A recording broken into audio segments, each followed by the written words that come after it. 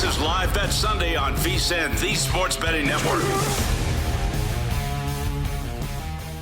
Scott Seidenberg back here with you, Live Bet Sunday here on VSiN, the Sports Betting Network. We've had a little surge here from the Orlando Magic, something you don't want to see, not only if you are a Magic team total under better like myself, but also a Celtics backer, because we are now tied at 46 with 3.5 minutes to go in the first half. So it has been a nice little run here for the Orlando Magic. There was a there was a three-point play.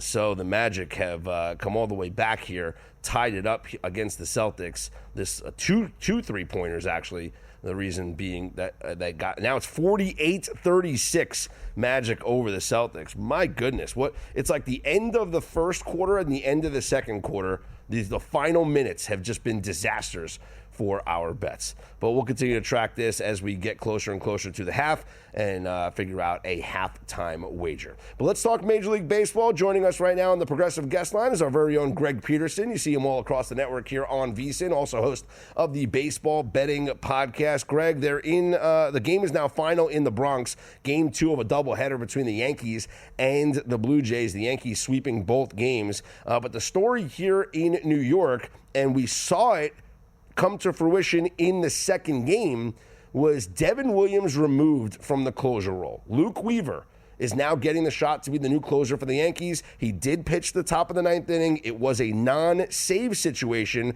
but he shuts down the Blue Jays 1-2-3. The dude has not given up a run in 14 innings this season. What do you make of this move by the Yankees to switch up their closer?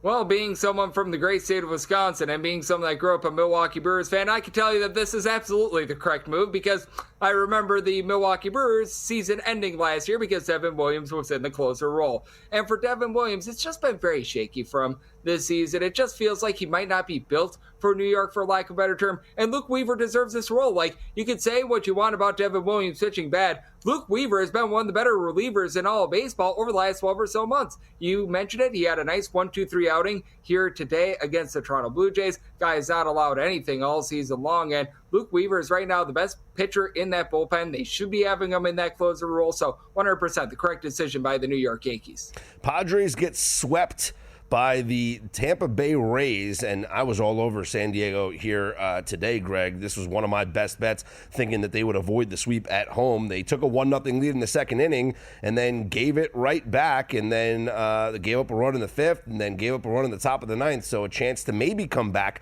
late in the game. They never came through. This was a team that started 12-1 at home prior to being swept by Tampa, plus they have not looked good in their last several games even before. They've lost 4 straight games now. 5 of their last 6, 8 of their last 10 games that they've lost. Any concern on your part for the San Diego Padres right now? The reason why I say no is because of all the injuries that have mounted for the Padres, and these guys should be coming back soon. Jackson Merrill bringing on the injured list is rough. Luis Arias, I remember on Sunday Night Baseball, he went down after he had that collision at first base. He's been out the last week or so. I really think that that's a big reason why we've seen the San Diego Padres have this slide. Just having darn near half of their starting lineup out and having to have a bunch of guys just mixing and matching in terms of that lineup, that's a big reason why they've had this slide. Not necessarily because I take a look at the San Diego Padres and think that they're a bad team, but once these guys come back, I think that we're going to see the Padres that we all know and love. And the bullpen was still pitching really well today. Like, they gave up 1 run even though Randy Vasquez had a very short start. This has been a top 3 team in terms of bullpen ERA this season, so I think that the Padres are fine. They just need to get healthy. Well, we don't have a Sunday night fade here on Monday, Greg, as both the Phillies and the Cubs are off on Monday. But taking a look at the schedule, you got the Mets and the Nationals who are finishing up this wraparound series here. The Mets coming off of a loss. We saw them bounce back nicely after a loss the other day. Do we think the Mets bounce back once again here with Griffin Canning on the mound? Absolutely, and the way that the Mets have been able to be sort of a second home for some of these pitchers that had a bit of a rough go of it early on in their careers has been absolutely remarkable. They've been able to rehabilitate a lot of these guys. Like Griffin Canning last year was one of my favorite fates. Last year he had a 5.19 ERA with 6.8 strikeouts per 9 innings. That strikeouts per 9 rate is back up to 9. He's done a nice job of keeping the ball in the yard. And for the Washington Nationals, this is an offense that could be a little bit iffy. Jacob Cruz is starting to come into his own as a little bit of a young guy, but they've been dealing with a few injuries. They're striking out much more this year than they did in previous years. And I take a look at this total of 9.5. Recognize that the Mets bullpen was not great here on Sunday for anyone that had the Mets money line / run line on Sunday. I was right there with you. That was rough to say the least. But I mean, overall, they've been able to do a solid job. Mets are 5th in terms of bullpen ERA. I look at that total of 9.5 being a little bit too high. And if we can find some plus money on the Mets run line, a lot of run line prices are not out yet. From what I was seeing, a lot of them were right around even money, plus 105, somewhere in that neighborhood. I would expect a Mets bounce back to go along with that under. All right, Greg, let's build this handicap together, okay? The best over team at home in Major League Baseball this year has been the Baltimore Orioles, 8-1-2 to the over. The Yankees come into town after a doubleheader on Sunday, so maybe some fatigue. Okay, whatever. You got Suguano, the Japanese import, who hasn't exactly been great to start the year. Will Warren is going for the Yankees. We know that Devin Williams is not the closer anymore. We talked about that. But Luke Weaver did pitch tonight. Devin Williams did not pitch in this doubleheader. So I assume that in the 7th or the 8th inning tomorrow, we're going to see Devin Williams pitch. Tell me, are we on this over between the Yankees and the Orioles on Monday? If we can get a 9 or less, yes. The reason why I set it at a 9, though, is because the Baltimore Orioles lineup, if you saw what they trotted out there on Sunday, they had 2 guys leaving the game hitting above a 233. Ramon Urias, along with Jackson Holiday. Like, they are all sorts of banged up. Gunnar Henderson has not been good this year. Adley Rutschman missed the game on Sunday. And even when Adley Rutschman has been out there on the field, he's not been so great. Cedric Mullins has been their best hitter this season. He's missed the last few games as well. This is a Baltimore Orioles team that has become highly suspect, to say the least. I will say this about the Baltimore Orioles getting pretty much swept out of Detroit. That means that with regards to their trustworthy guys, Yunier Cano, Felix Bautista, those are 2 guys that are going to be active for the back half of this game as well, because they haven't pitched over the last few games as well. So if we could get a 9 or less, I'd be in on it. If you get up to a 9.5, if you get up to a 10, that's where I think that's a little bit of point of no return. And as much as I'd love to fade Will Warren, he's actually pitched a little bit better for the New York Yankees. So I'll give a little bit of credit where it is due to Mr. Warren. Well, good point there, Greg. We'll keep an eye on that. I'm looking here, and I guess it might not be Suguano for the Orioles. I guess they have announced it. Okay, 9.5. FanDuel's the first one to open this. 9.5 minus 122 to the over. That's the line right now. I'd be looking at that under because you'd be able to get a little bit of plus money on the under. And additionally, like I was saying with the Orioles, very suspect lineup that they threw out there on Sunday. All right, our very own Greg Peterson joining us here on the Progressive Guest Line. I'm Scott Seidenberg. It's Live Bet Sunday here on VSiN. Taking a look at the rest of the schedule here on Monday. Is there any other games that jump out to you as a pretty solid bet? Right now, I'm taking a look at this A's versus Rangers game, and as weird as it sounds, I'm going to back Patrick Corbin. Don't say it, Greg. I probably should not be saying this on radio / TV. I should not be saying this at all, but I'm going to back Patrick Corbin because J.P. Sears has not been much better himself throughout his career. Like, you want to talk about the biggest fades in baseball. Yes, Patrick Corbin, he gets all the love, but I mean, look at what J.P. Sears has done ever since going to Oakland / Sacramento. He's posted up north of a 4.5 ERA. He's giving up a home run and a half per 9 innings, and this is an A's bullpen that is highly suspect. Had to play an extra inning game against the Chicago White Sox here on Sunday, and the Rangers have actually been your best under team in all baseball. You would not expect that from a pitching rotation that has Patrick Corbin, but ever since he got bit by that venomous creature, which if you have not seen that story, it's just absolutely hilarious. So people are now calling Patrick Corbin Spider-Man 2.0. He's actually pitched a little bit better. He's been able to keep the ball in the yard, and I do think that for the Texas Rangers, they lend a little bit of value here. I think that the offense is going to be able to get into gear after Jock Peterson, Jake Berger, and Marcus Semien have all hit below the Mendoza of 200 to start the year. I think that there's a positive regression coming for that Rangers lineup. So at a relatively pick-em price, I'm going to back Corbin and company, and I'm going to be on the Rangers money line. I can't believe I'm saying this, but I like the under. I'm going to be on the under. I'm going to be on the under on a Patrick Corbin game. The Rangers at home this year are a major league best 12-1 to the under at home this year. 12-1 to the under. the Texas Rangers at home. I'm taking an under in a Patrick Corbin game. You're betting on Patrick Corbin. I'm betting on him to not give up runs. What are we doing, Greg? It is the year 2025, and I feel like we have reached a twilight zone of society at this point with what we just threw out there. Thanks for the insight, Greg. Good luck with that bet. You and I are in it together. You'll go with the Rangers. I'll go with the under, and we'll sweat out Patrick Corbin together. Enjoy it, my friend. You too, Scott. Always a pleasure, my friend. Thank you. There he is, our very own Greg Peterson. Catch the Baseball Betting Podcast wherever you get your podcasts, courtesy of us here at VSiN, and you'll watch Greg or listen to Greg across VSiN whenever he gets a chance to host Cashing Out and other various shows. We are at the half in Orlando. Celtics lead the Magic 53-48. I said I wanted 45 to be that number that we have for, being on pace for the Magic team total to go under. The adjusted team total right now, live number for the Orlando Magic, 94.5. So we're right there. We have under 95.5. Live numbers 94.5. We're okay. But let's dive further into the odds here for the second half, see if there's a bet to be made between the Celtics and the Magic. Plus, we'll get you caught up on everything going on there in Montreal between the Canadiens and the Capitals. But if you want to know where the real money is going, unlike other sources, our betting splits here at VSiN come straight from Circa and DraftKings Sportsbooks, giving you the insight into where the sharp action is landing. Circa is known for taking big bets from pros, while DraftKings provides a broader market perspective. You can see the percentage of bets versus the percentage of handle on every game across every sport, and you can get the splits by getting VSiN's summer special right now for only $59 through August 1st at vsin.com/subscribe. This is Live Bet Sunday.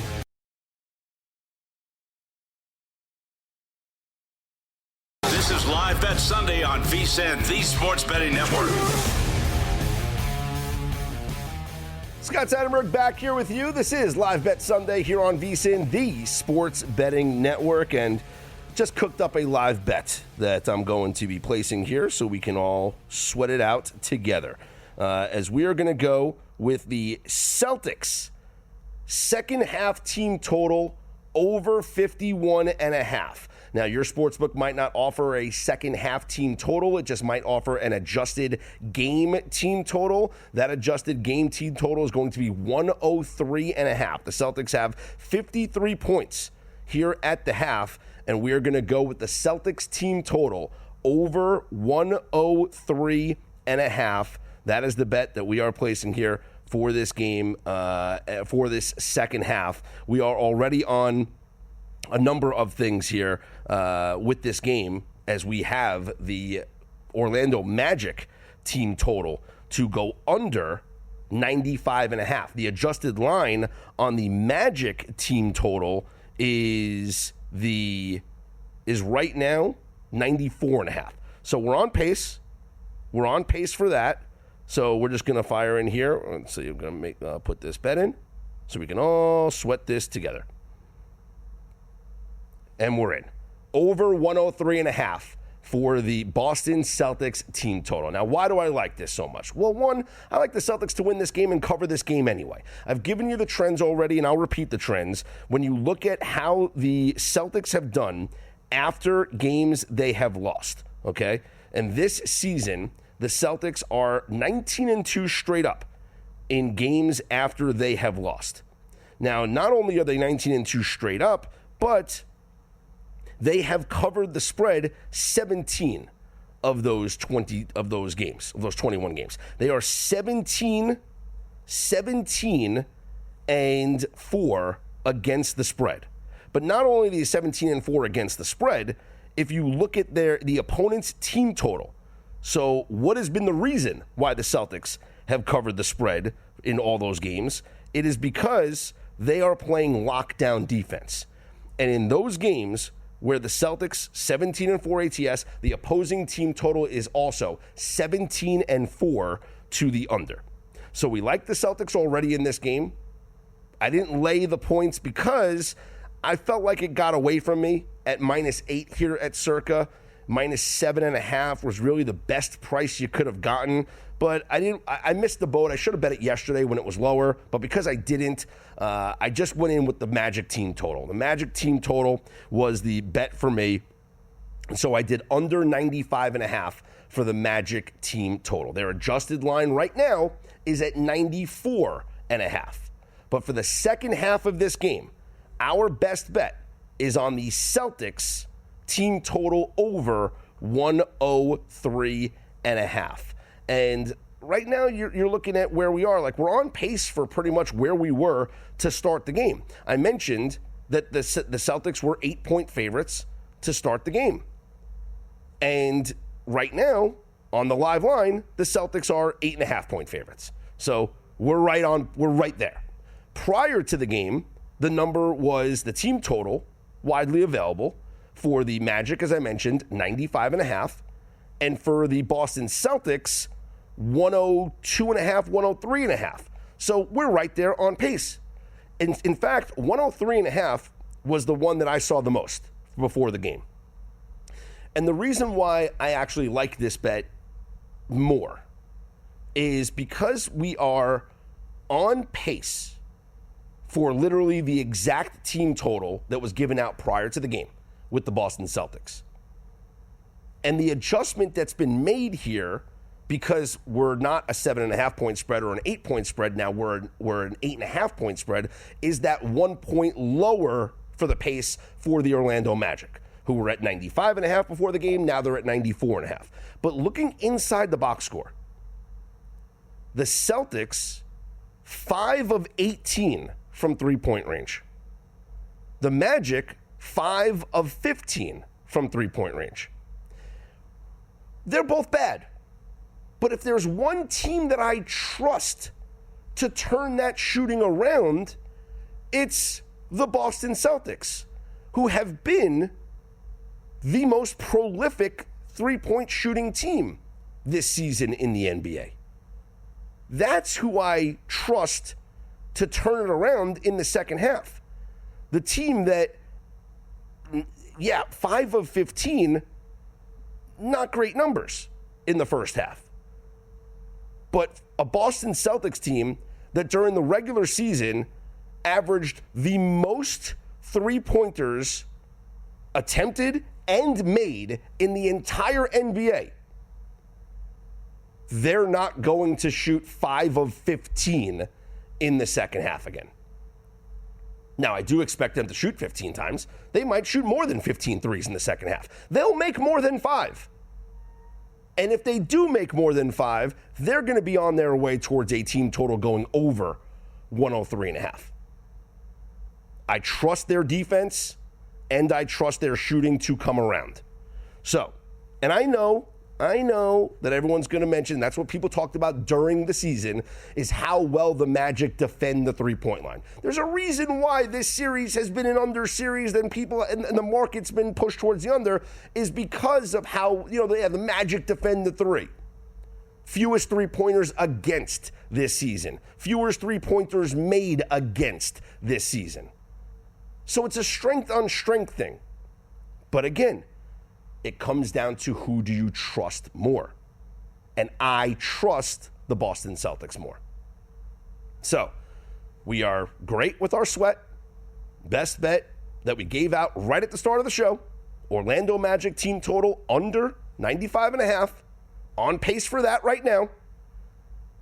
But our best bet for the second half, Boston Celtics team total over 103.5. Second half about to get underway here in Orlando. Still to come, about an hour or so from now, we will get the start of the Pacers-Bucks Game 4 from Milwaukee. The Pacers took a 2-0 lead at home, and then Milwaukee, just an incredible situational spot to back them in Game 3, trailing 0-2, that whole zig-zag idea.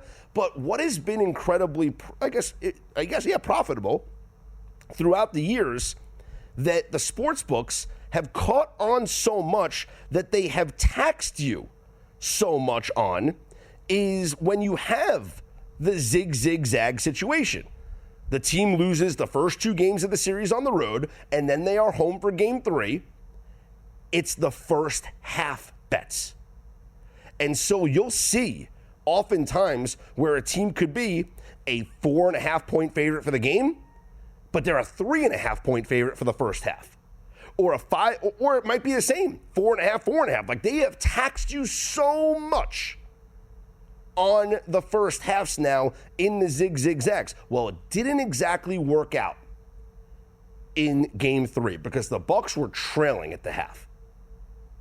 But they scored 70 points in the second half and came from behind and ran away from the Pacers in game 3. 117-101 the final. Giannis with 37 points. And Giannis is doing something that is putting him in rarefied air. He had 37 points and 12 rebounds, and he was 14 of 19 from the field. And there's a stat, I want to look it up right now, that there's a stat on the shooting percentage and how many times that you score that many points with that many rebounds. So Giannis scored 37 points with 12 boards. The 14th time in the playoffs that he has scored 37 or more points, and he's had the 12 rebounds.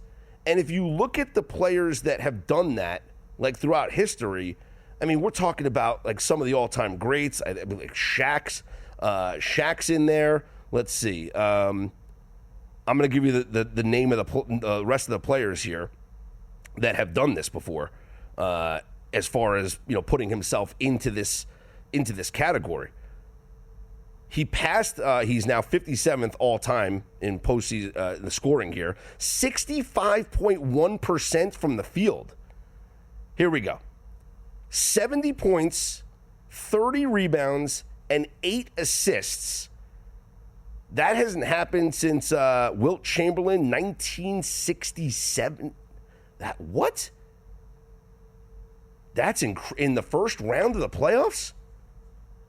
That is unreal, what we're seeing from Giannis.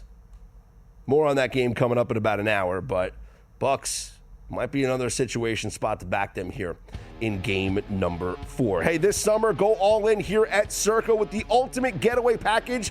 Guys, this is incredible. You got to pay attention to this. It's just $400 all in. You'll get 2 nights here at Circa, a $100 dining credit, a $100 beverage credit, your very own day bed at Stadium Swim for just $400. That includes resort fees and taxes. Don't miss out. Lock in your all-in summer package now at circalasvegas.com. This is Live Bet Sunday on VSiN, the Sports Betting Network. Live Bet Sunday rolls on. I'm Scott Seidenberg here on VSiN, the Sports Betting Network. Keeping an eye on all the playoff action right now. The Canadiens with a 2-1 lead over the Capitals at the end of the second period. Loving that for our Canadiens bet. We'll take a look to see if there's anything we like moving forward into the third period, but might just have to ride this here. Canadiens with a 2-1 lead again over the Capitals. They trailed 1-0. They scored 2 unanswered. And in Orlando, it is the Celtics with a 58-56 lead over the Magic. I don't like the scoring that Orlando's gotten off to start the third quarter, as we are sweating out their team total to go under. But there was just a hard foul on Derek White, a little scuffle there after the whistle. Not like you see in the Stanley Cup, but it was still fun to see players get in each other's faces. But we're going to monitor this as this third quarter rolls on. Joining us now on the Progressive Guest Line to talk more hoops is Matt Moore, senior NBA writer at the Action Network, on Twitter at HP Basketball. Matt, let's start with this game in progress right now. What did you make of the first half between Boston and Orlando, and how do you see the second half playing out here? Yeah, big lift from Kristaps Porzingis in this one. They needed to get him going. You can tell the Celtics were kind of geared towards getting KP going, and he's been able to get cuts. You can tell the Magic defense is getting a little worn out from all the physicality they're bringing to this, which is why I think the Boston's been able to get a better offensive performance here. But on the flip side, this Boston defense, I do think, continues to have some problems with just containing drives on the perimeter. Derek White missing being 0 of 3 from 3-point range. That's an outlier, so that's probably going to turn around here. I had the over on his threes, which I'm now just marking as gone, but did have him on the assist, though. This is starting to be more of an offensive game, which will be an outlier, I think, in this series, but that tilts, I think, a lot towards Boston. I think over the course of 4 quarters, you should see Boston be able to break away and be able to hit that over for you. Yeah, both of these teams were shooting abysmal from 3-point range, and the reason why I took a second half bet on the Celtics team total to go over, even though both teams were on pace for their team totals in this game, is because I trust the Celtics more to turn that around than I do the Orlando Magic. And so if a couple of the threes start falling, I think the Celtics could wind up getting over that 103.5 mark. They have a 60-58 lead right now with 7:45 to go in the third quarter. Let's put a pause on this game and let's take a look at what we have coming up about an hour from now in Milwaukee. The Bucks, 3.5-point home favorites over the Pacers after they win Game 3 and come from behind fashion with a big-time second-half effort, Matt. What can they do now to take some of what was good for them in that second half and translate it into a victory here at home in Game 4? Yeah, I think the big thing for Milwaukee, let's try and get Dame going, but I think it's more they need to settle in and realize that the best way for them to win this series is on the defensive end. They've got to be able to slow down Indiana. They do not have the firepower to keep up with the Indiana Pacers. They've got Pascal Siakam, Tyrese Halliburton, Miles Turner hitting threes, which he's still going to get. I'm going to love Miles Turner over threes again tonight. Brook Lopez will keep leaving him open in drop coverage and pick and roll on those pick and pops. They need to get into a more of a defensive mindset in terms of containing the drives. Don't let them get out in transition. Slow the pace down. It's one of the reasons I really like the under in this game at 227. Both teams, I think, underperformed defensively at various parts in the series. I think the Bucks underperformed defensively in the first 2 games. I think the Pacers underperformed defensively in Game 3. I think Rick Carlisle finally is going to be like, all right, it's been 2 games. Let's turn this around and actually put some defensive adjustments in. I think this is going to be much more of a grind. I like the under 227 tonight and trying to stay away from the spread in total or for the spread inside here, just based off of the fact that I do think Milwaukee is within range of beating Indiana, but Indiana plays so physical. I don't really want to fade the Pacers at this point. You mentioned Miles Turner to go over his 3-pointers. What about a Giannis prop? Because the 37 points and the 12 boards, I mean, he's putting himself in the conversation. I gave the stat earlier. It's the points to start a series with the rebounds and the shooting percentage. And we haven't seen that since Wilt Chamberlain. I'm not saying that he's a Wilt Chamberlain-like player, but he is putting himself into the conversation with some of these all-time greats with these playoff performances. Looking at Giannis, whether it's his points, whether it's his rebounds, whether it's a combo stat, what do you like here from a prop perspective on Giannis? Yeah, I think the rebounds is probably the best way to go about this because they are going to continue to kind of play small, and you're still going to have Turner switching a lot on the perimeter. Pacers have been a lot more flexible with how they've approached their defensive scheme, running some zone, running some switch out on the perimeter that removes an interior defender or interior rebounder. The Pacers are also looking to run up the floor so that you get more opportunities for those offensive boards as well. So I think if you're going to go for one angle, I'd probably go that way because I do kind of think Rick Carlisle, it'll be interesting to see if Carlisle sends more of the house at Giannis in terms of layering the defense. You need to add one at the you have to have a guy on him on the perimeter, add one at the wing, and then one down low to stop that tank that's coming through. But if he does that, that'll open up Giannis's assists. So I'll be looking at Giannis live assist props based in that first quarter on how Rick Carlisle has kind of tweaked his defensive scheme against Giannis. I'd love to wait to see if we can get a better number on the live rebounds as well because I mentioned the 12 rebounds in Game 1, 18 in Game 2, which was fantastic, but the 12 again, so the 12 number is key here. The sports books, oh man, are they being the cockroaches here. It is lined at 13.5, which all I have to say to that is gross, Matt. So let's wait to see. Maybe a couple of minutes into the game, Giannis is without a rebound or only has one. Maybe we can get a better number, an 11.5 or something on Giannis to go over the rebounds, or if you want to take a stab at a combo prop. But 13.5 is too rich for my blood. Let's take a look at what we have coming up on the schedule for tomorrow here in the NBA playoffs. It's been fascinating to watch. I think the unders have really been the story here in the NBA playoffs. I was fascinated by the Warriors' performance without Jimmy Butler in that game against Houston. So now they take a 2-1 series lead. They're 3.5-point favorites in Game 4 coming up tomorrow night. I don't know if we're going to see Jimmy Butler or not, but what's your take on the game if we have Butler and if we don't have Butler? So in game 3, I said I'm taking the Warriors no matter what. I'm going to wait to see if Butler's out, and I will like it more if Butler is out because of the line move. Yep. And that one cashed for me. Woohoo. The more important thing here is to kind of think about the kind of pace and style. What you do want versus Houston is you want high efficiency from three-point shooters. Steph Curry's pretty good at that. What you don't want is you don't want contested inside shots with the Rockets able to contest on those kind of plays and bring help and try and force turnovers. That's more of what Butler does. It's not the Butler. I think Butler's been good in this series when he's played, but I also think Butler coming back could hurt them. If Butler plays, I'm actually going to be on the Rockets here on the money line. I think that there's a good chance for them to get one performance. The key is that the Rockets' offensive floor is basically in a sub-basement 40,000 feet below the surface of the earth. But their ceiling is not terrible. It can actually, if they can, you saw what happened in game 2 when they got 38 from Jalen Green. Is that going to ever happen again? Maybe not. But I do think it's possible for Amen Thompson, Alperen Şengün, Fred VanVleet, and even Dylan Brooks, who I thought got a lot of good looks in game 3, for them to get going enough because they're doing the defensive work on everybody else. Like it was Steph, Gary Payton, and nobody else for Golden State. And you can tell that Kerr doesn't trust a lot of that rotation.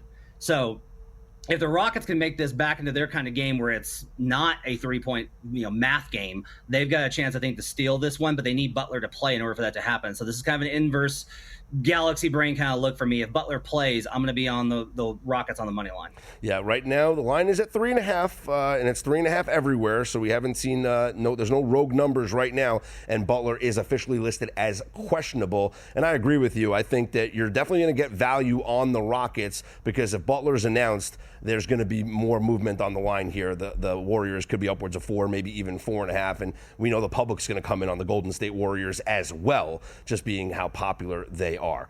Cleveland has been arguably the best looking team right now in the Eastern Conference in these playoffs. Do they finish this series in a clean sweep, or do they let the Heat get one and finish it at home in the gentleman's sweep?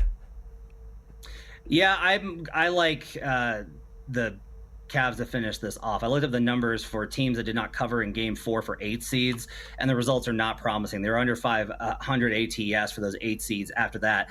If they don't get that game 3, it's pretty much curtains for them. So I do like the Cavaliers to take care of business. They've played with a level of aggression. I was really impressed with them in game 3 because I was like, all right, you got 2 days off. Everyone's saying how awesome you are. You're rolling. You're up 2-0. You have championship aspirations. You're on South Beach for 2 days. Come on.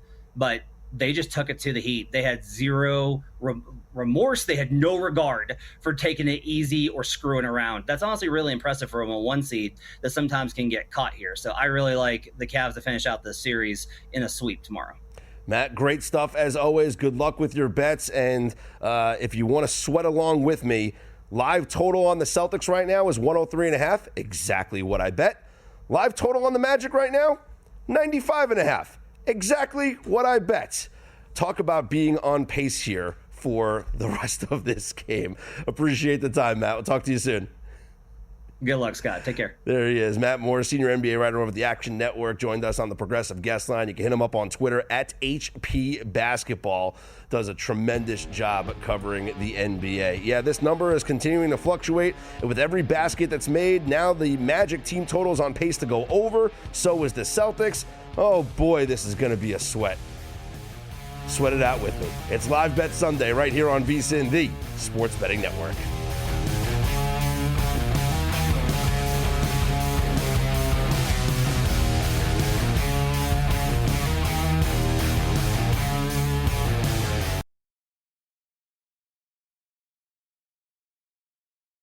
This is Live Bet Sunday on VSiN, the Sports Betting Network.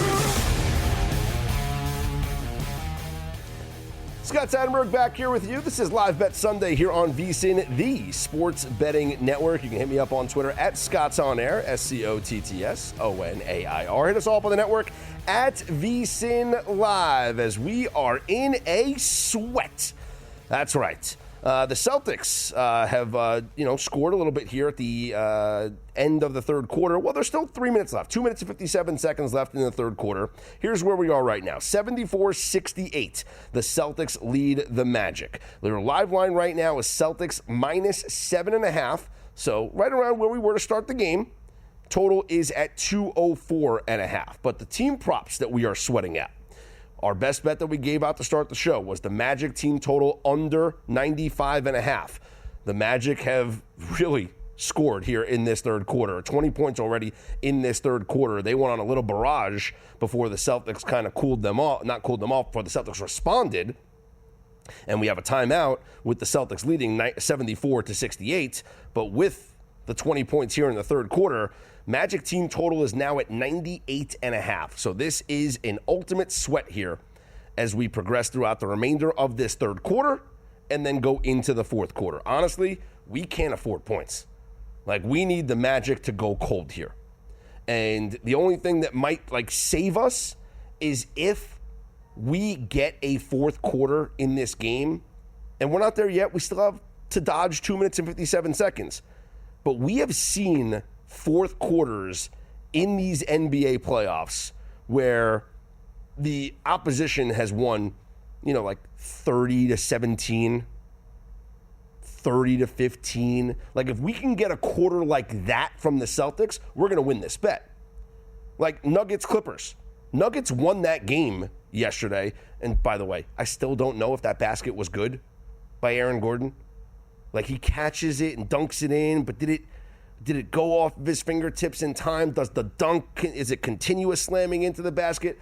I don't know. I watched the replay a million times. I can't decide.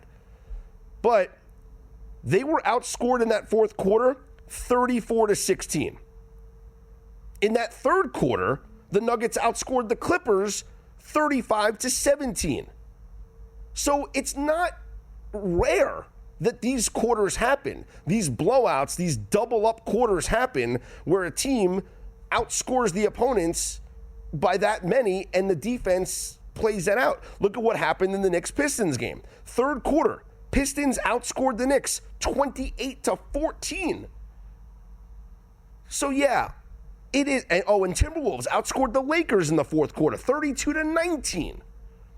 So while I'm not happy with where we are right now with 2 minutes and 57 seconds left, I would have loved to have a rocking chair winner like we did this morning or this afternoon with the Knicks-Pistons game to go under. And I'll remind you now, 1 o'clock Eastern time, NBA playoff games.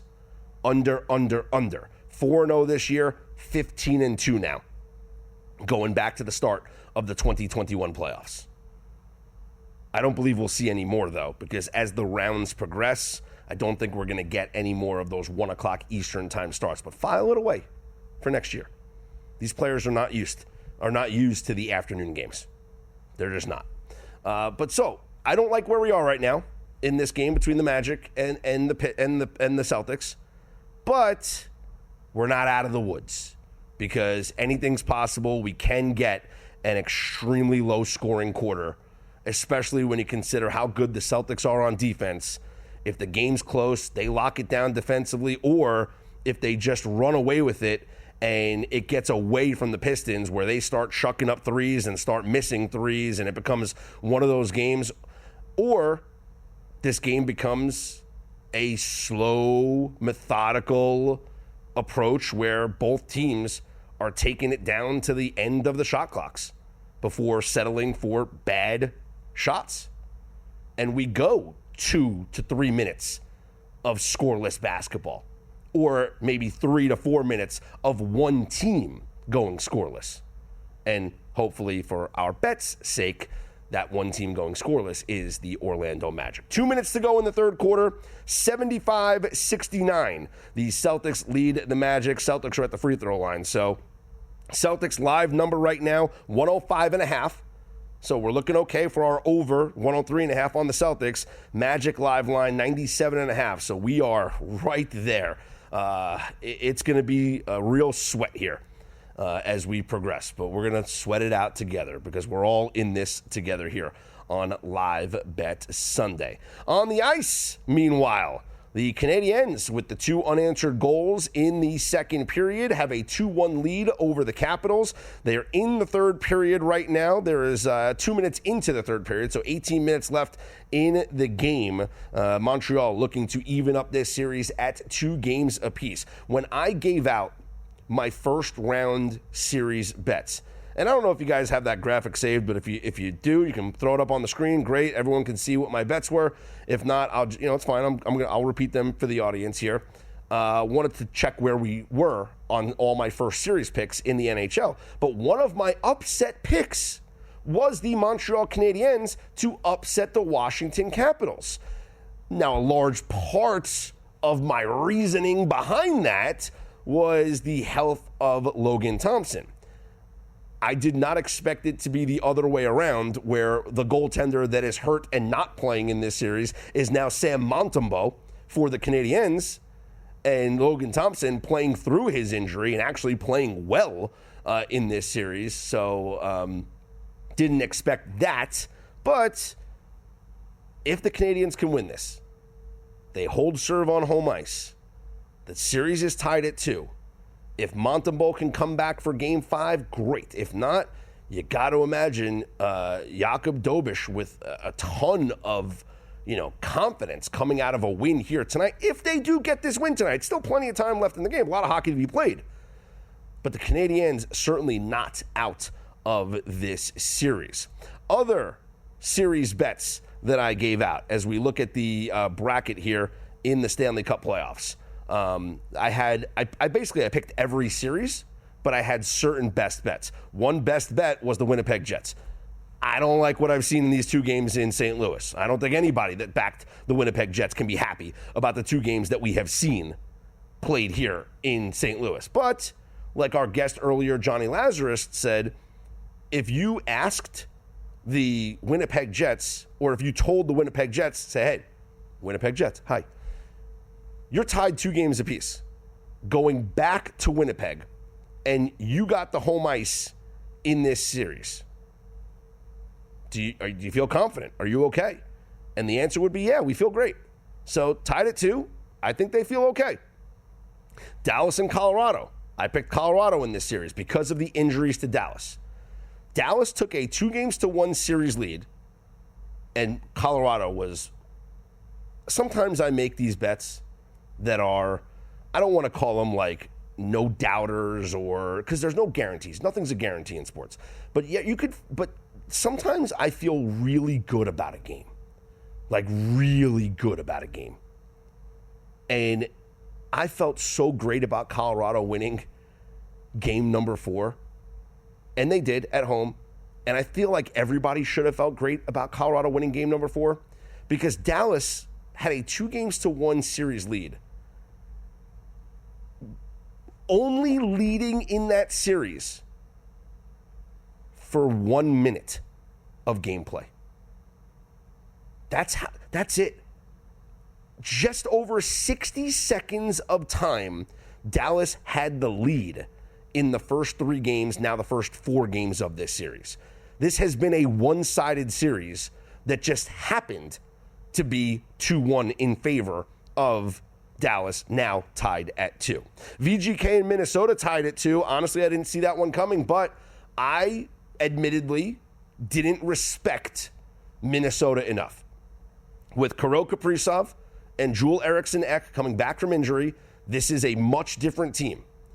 I thought it would still show signs of I don't want to call it rust, but just signs of the inconsistencies, maybe that's a better term, that we saw from Minnesota in the second half of the season. Not the case. They've looked great in the playoffs. And Vegas getting that overtime win, massive. Saved their series. I thought last night watching that overtime, the winner of that game wins the series. Vegas wins, ties it at 2. They will win the series. Had Minnesota won, taking a 3-1 series lead, Minnesota would go on to win that series. And then we have Tampa. I took Tampa over Florida. Right now, that is a 2-1 series lead in favor of Florida. I took Toronto over Ottawa. They're up 3-1. And I took the Devils over Carolina in a long shot. Try and grab a little plus money on an upset. That's not happening. Carolina's up 3-1. Don't forget, you can take VSiN with you anywhere, anytime. Become a VSiN Pro subscriber today. Stay connected to the action wherever you go. With the VSiN Watch app, you get 24/7 live access to audio and video streams, big screen streaming straight to your smart TV, and you can access clips by sport. Watch VSiN anywhere, anytime by downloading the VSiN Watch app today. This is Live Bet Sunday.